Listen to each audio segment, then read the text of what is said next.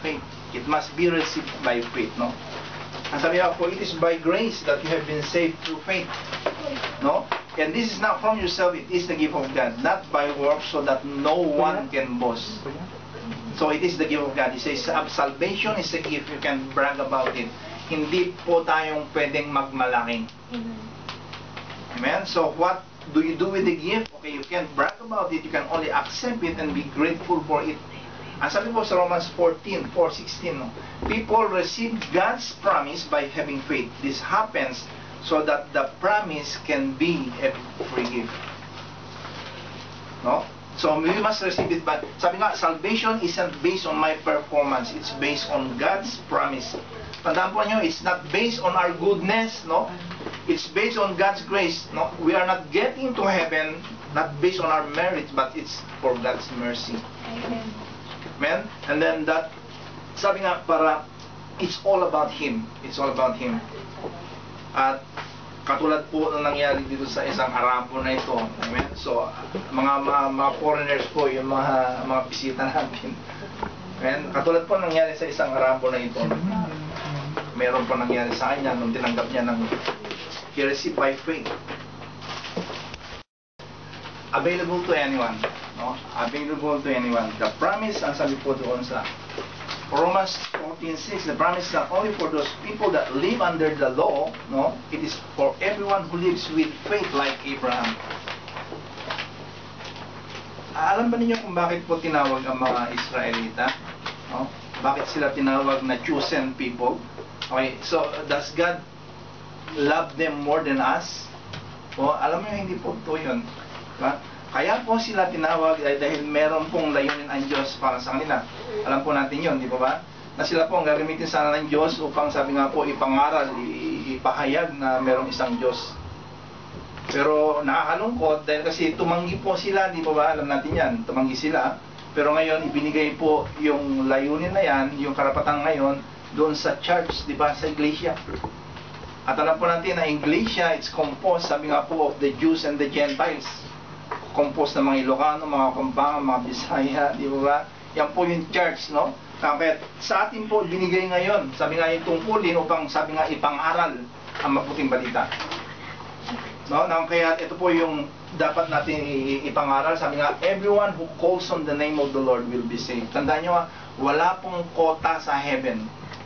Amen? Wala pong kota na yung mga narinig natin dyan, di ba? May 144,000 na siyang dapat po mapupunta doon. Hindi po ganoon mamaran ng Diyos. Diba? Kaya sabi sa John 3:16, for God so loved the world, lahat gusto niya maligtas. Amen? So walang kota. No? Ang sabi po doon, okay, it doesn't say only really good people will be saved if they call the name of the Lord, no? Or really religious people, or really smart people, no? No, it says anybody who calls on the name of the Lord, who has faith in the grace of God, will be saved. So, available po sa lahat. Amen? Yung saving grace na siyang pinapag-aralan natin. And then C, nasabi po doon, comes through Christ. Dahil lang kay Kristo, no? Ang sabi sa John 1:17, the law was given through Moses, but grace and truth, ang sabi po doon, came through Jesus Christ. At bakit po sa pamamagitan ni Kristo? Why through Jesus Christ? Why is Jesus the only way to heaven? Why not Buddha o kaya si Muhammad? Why not somebody else? Why Jesus Christ? No, because He paid the price of our admission to heaven.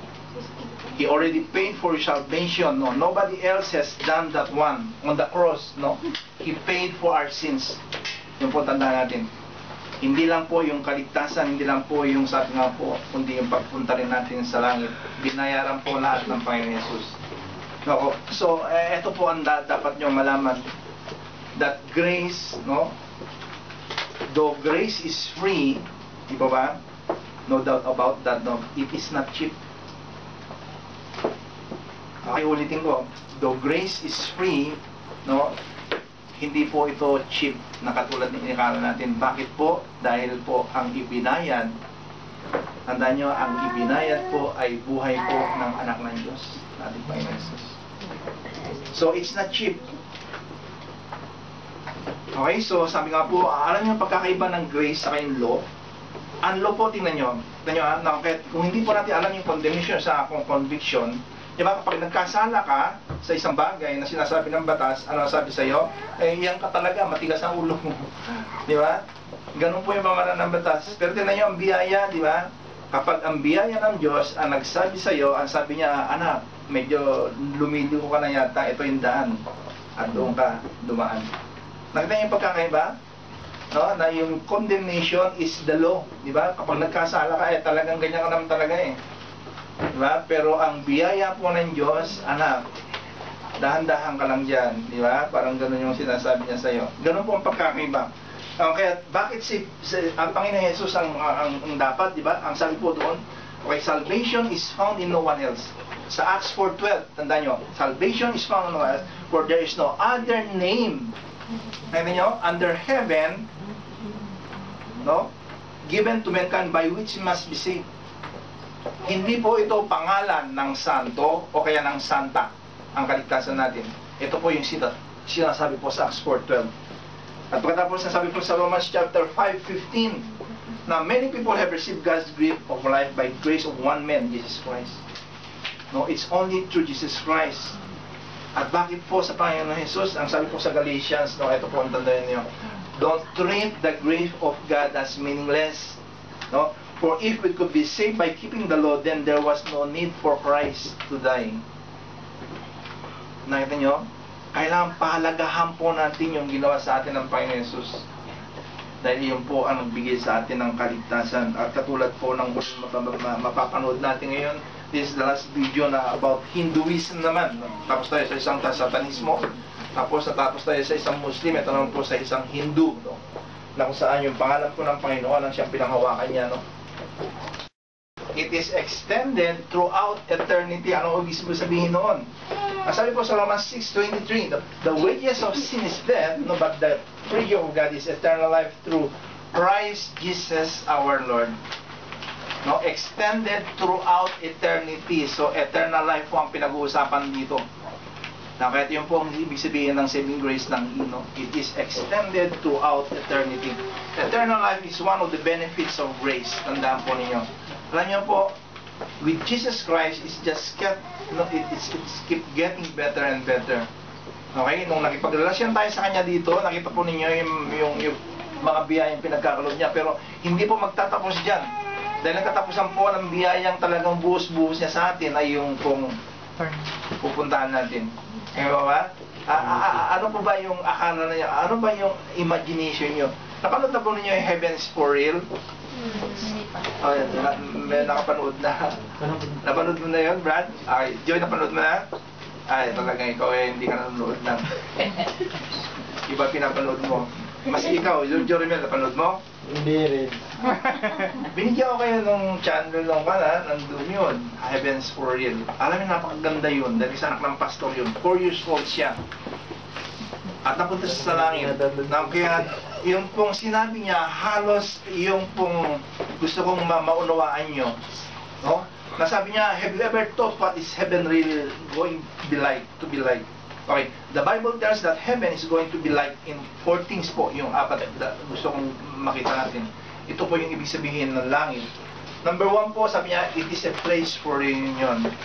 Ang sabi po doon sa napanood natin sa Heaven for Real, di ba? Yung bata, 4 years old, alam niya, na-meet niya yung grandfather niya. Kaya ito po yung good news sa atin eh. Alam niyo, huwag kayong mamumblema kung tumatanda na kayo. Di ba? Kasi doon sa Heaven for Real, sabi po nung bata, yung 4 years old, sabi niya sa tatay niya, na-meet ko yung tatay mo doon, sabi ganun. Tapos, talaga, sabi ganun. Tapos kinuha niya yung picture ng tatay, yung latest na picture, yung namatay. Sabi niya, hindi yan siya, sabi ganun. Sabi ko, nagulat ngayon yung tatay. Tapos hindi naghalungkat ngayon ng mga picture. Kinuha niya yung picture na bata pa yung lolo niya. Tapos sabi ng bata, iyan siya. Ulala. Nakita niyo, Rocket, huwag kayong mga problema kung tumatanda kayo rito, ha? Pagdating natin doon, okay, hindi lang glorified body, kundi talaga yung katawan natin, ay katulad ng katawan natin na sabi nga po, talaga magbibigay ka pa rin sa kanya. Amen? Now, kaya sabi nga, it is a place for reunion, where we are united with other loved ones who have accepted the grace of God. Hindi lang yung lolo niya, yung nakita niya doon. Ito po yung patutuo ng bata. Nakita rin niya yung kapatid niya na nakunan. Meron siyang kapatid na nakunan. Alam niyo, buhay pa pala yun. Buhay na pala yun. Okay, na-meet niya doon sa langit. So, alam niyo, ganun po yung, alam niyo, sa isang, tingnan niyo yung joy na na-experience natin. Di ba? Yung joy kapag ikaw ay nag-asawa, it's a joy yun, di ba? Alam niyo, ito yung joy na napakaganda. O, nagkaanak ka, joy yun, di ba? Pero alam niyo, yung greatest joy na siyang alam kong dapat na ma-experience natin, alam niyo, yung joy na kung tayo po ay nagbabalik bayan. Hindi ba niyo na-experience yan? Di ba, natagal kang hindi umuwi, pagkatapos umuwi ka. Di ba, yung pakikipag-reunion, pero sabay, kailangan may dala ka.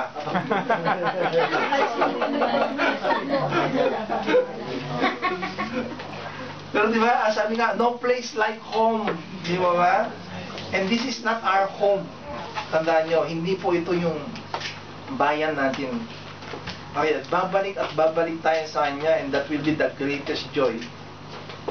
Yan po yung greatest joy. Di ba pag magre-reunion yung mga pamilya ninyo, di ba?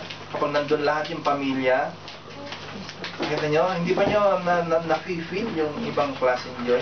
So, ganito po yung pagka-describe ng langit. It is a place for reunion. Pagkatapos, number 2, it is a place of reward. Sabagay, yun po ang lagi sinasabi ng Panginoon, di ba? Meron talagang gantimpala doon sa mga talagang nagsusumikap at nagpapagamit sa Kanya. Okay, we are rewarded for the character that we develop and the way we serve other people here on earth.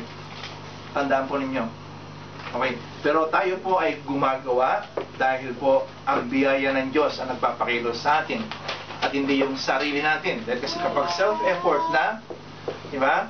Ay baka mapaparis tayo doon sa sinabi sa Mateo 7:21 saka 23, di ba? Ang sabi na sa Panginoon, Panginoon, sabi nga kailangan mapunta kami dyan sa iyo. Dahil kasi nangangaral kami, nagpapalabas kami. Demonyo, sabi nila. Pero sabi ng Panginoon, hindi ko kilala. Nakita nyo? Kaya kailangan kumilos tayo sa magitan po ng biyaya ng Diyos. Okay? Mabibigyan tayo ng reward kung talagang nasa puso po yung paglilingkod natin. May number 3. Nasabi po doon, a place where we are reassigned. Ano ibig sabihin yan? Sa palagay ba ninyo, kapag nasa langit tayo, yun lang, pagkanta lang ang gagawin natin doon. Alam nyo, hindi po yung napipicture ko na langit. Diba? Tingnan nyo, binigyan po tayo ng mga gift, ng mga ability ang Diyos. Diba? Iba-iba po yung mga gift na ibigay sa atin. At tingnan nyo, kung sakaling nagagamit yung mga gift na yan, hindi ba nasisiyahan kayo? Diba? Maligaya kayo, diba? Kung nagagamit ninyo. Nagkakaintindihan ba tayo? Diba? Kaya sa palagay nyo, pagdating natin doon hindi gagamitin ng Diyos yun upang malubos yung kaligayahan natin. Okay? So sa pamamagitan po, di ba? Sa pamamagitan po ng mga gift na mga ginagamit natin dito, alam nyo, gagamitin din natin doon. Amen? Para at least hindi tayo maboring, di ba? At least lahat kumikilos, gumagawa, at ang Diyos ang magbigyan ng kapurihan. So we will be reassigned, sabi po doon, we are reassigned to do new work that is based on our shape. Alam niyo yung shape, di ba? Alam niyo yung pinag-aralan natin yung shape. S-H-A-P-E, di ba? Yung spiritual, yung mga gift natin, tapos sa yung, diba? Yung mga personality natin, tapos sa yung experiences natin. Amen? So, yun po yung mga dapat na medyo enhance natin para pagdating natin doon ay talagang sabi na, lubusan yung gagamitin. And then number 4, ito po yung katotohanan, no, na it's place of release. Ano po ang mere-release? Di ba? Alam nyo, dito po sa kinalalagyan natin, kung hindi po ito ang langit, hindi po ito talaga yung bayan natin. Alam nyo, talagang dito po magsasuffer tayo. Di ba?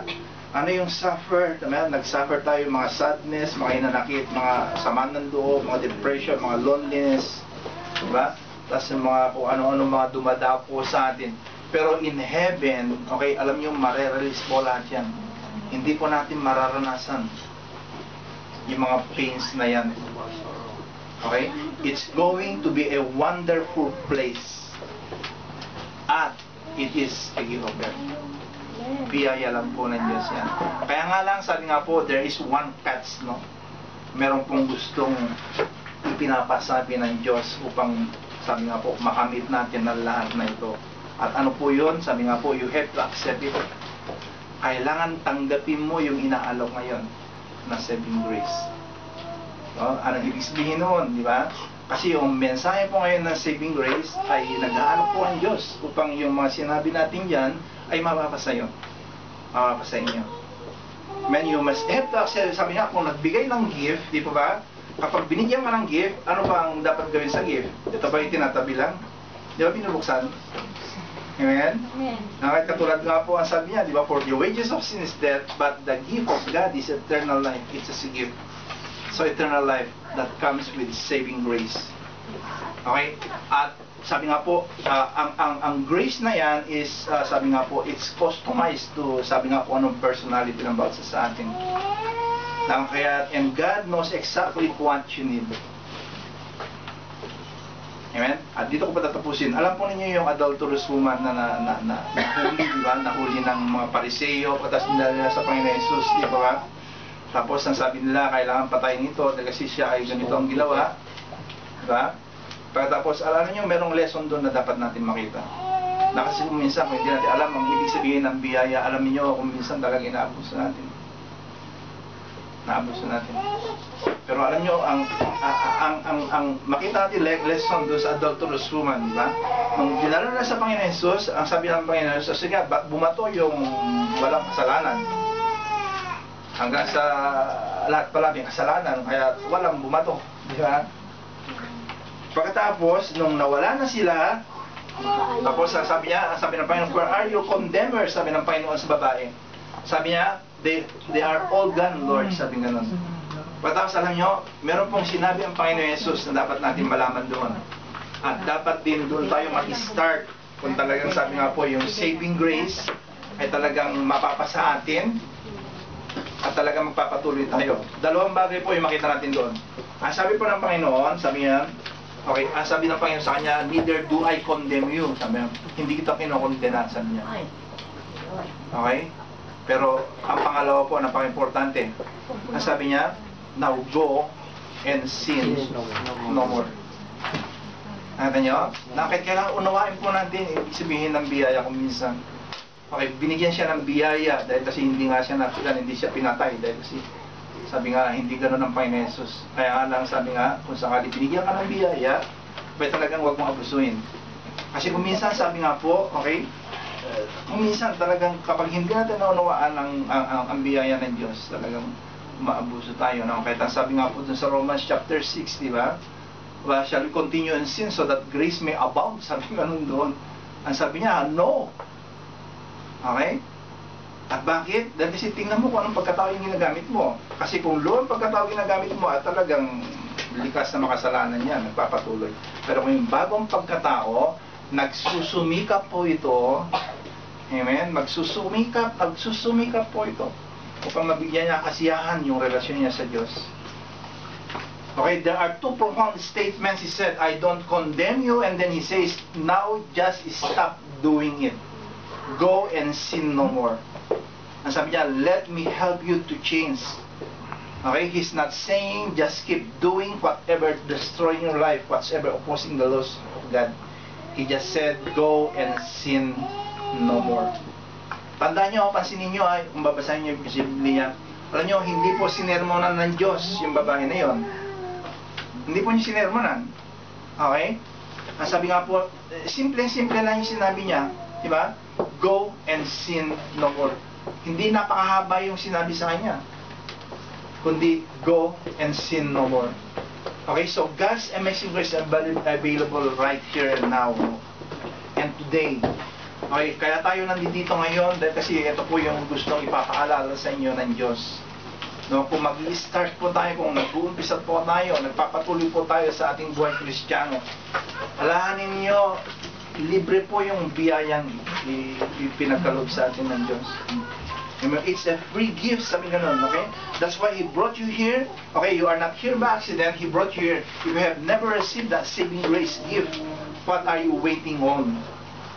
Amen? So, sa mga hindi pa nakatanggap, di po ba? Sa mga bagong mga, sabi nga po, nakakilala pa lang sa Panginoon, ito po yung inaalok sa atin ngayon.